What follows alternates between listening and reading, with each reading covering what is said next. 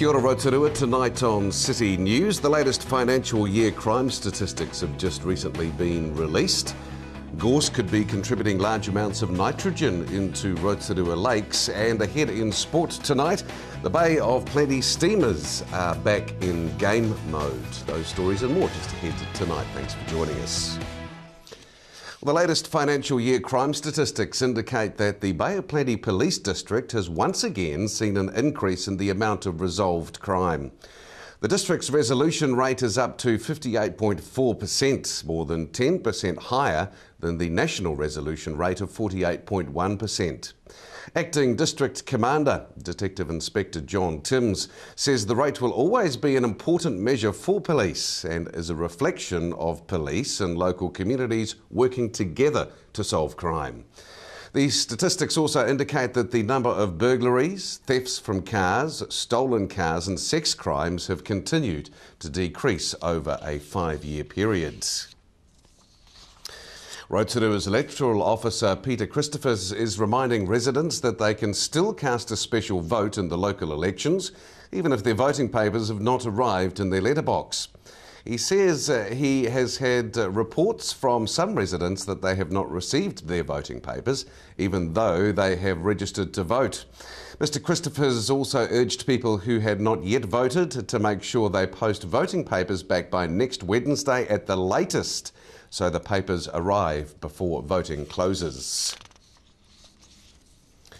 We did mention on last night's bulletin that thousands of visitors converged on the city over the weekend to attend the likes of the Dipwali Festival, the New Zealand Country Music Entertainer of the Year Awards, and of course the Model Train Expo at Arawa Park Racecourse. Both Saturday and Sunday saw huge crowds enjoying the expo, with all age groups attending.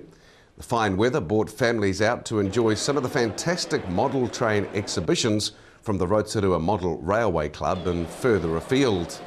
This is a yearly expo which is always popular, and this year's show was certainly no exception. Recent work in the Lake Rotorua and Lake Okaraka catchments suggests Gorse could be contributing large amounts of nitrogen to these lakes each year, which has a negative impact on water quality. Two options are proposed for a new gorse control rule in the catchment areas. Option 1 requires landowners and occupiers to destroy all gorse on land, while option 2 requires them to purely control the gorse. The Regional Council is set to host open days in Rotorua and Okaraka to discuss both gorse control options in mid-November. And in sport tonight, after a couple of days' rest, the Bay of Plenty Steamers are now back in game mode as they prepare to visit the South Island in the weekend. Along with the need to cement their position in the ITM Cup Top 7, another motivating factor for the Steamers will be to preserve their undefeated record against Tasman. In the 4 games played between the two provinces since 2006, the Steamers have won all 4. Flying winger Lilaya Masaga has moved to the top of the ITM Cup try-scoring stakes after another touchdown against Wellington. His 8th try of the ITM Cup has put him on the same number of tries as Robbie Fruin from Canterbury. Well, it looks like weather is fairly settled for the next few days around the area. For tonight, it'll be mainly fine, light winds down to a low of 5 degrees. Tomorrow, Wednesday, similar, fine, light winds, a high 15 and a low of 6. And like I say, fairly settled through to Thursday. Same conditions, fine, light winds, 16 the high and 7 the low. If you're boating out on the lakes tomorrow, for the middle of the week, we've got northerly winds at 10 knots developing in the afternoon. They'll tend westerly in the evening. Low waves and mainly fine weather will continue.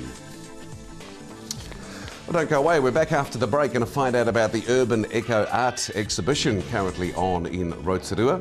Rugby League, how popular is it in town? We'll find out. And Te Ororoa Flavel is in talking the new alcohol reform. Those stories still to come tonight. We're back after the break here at City News.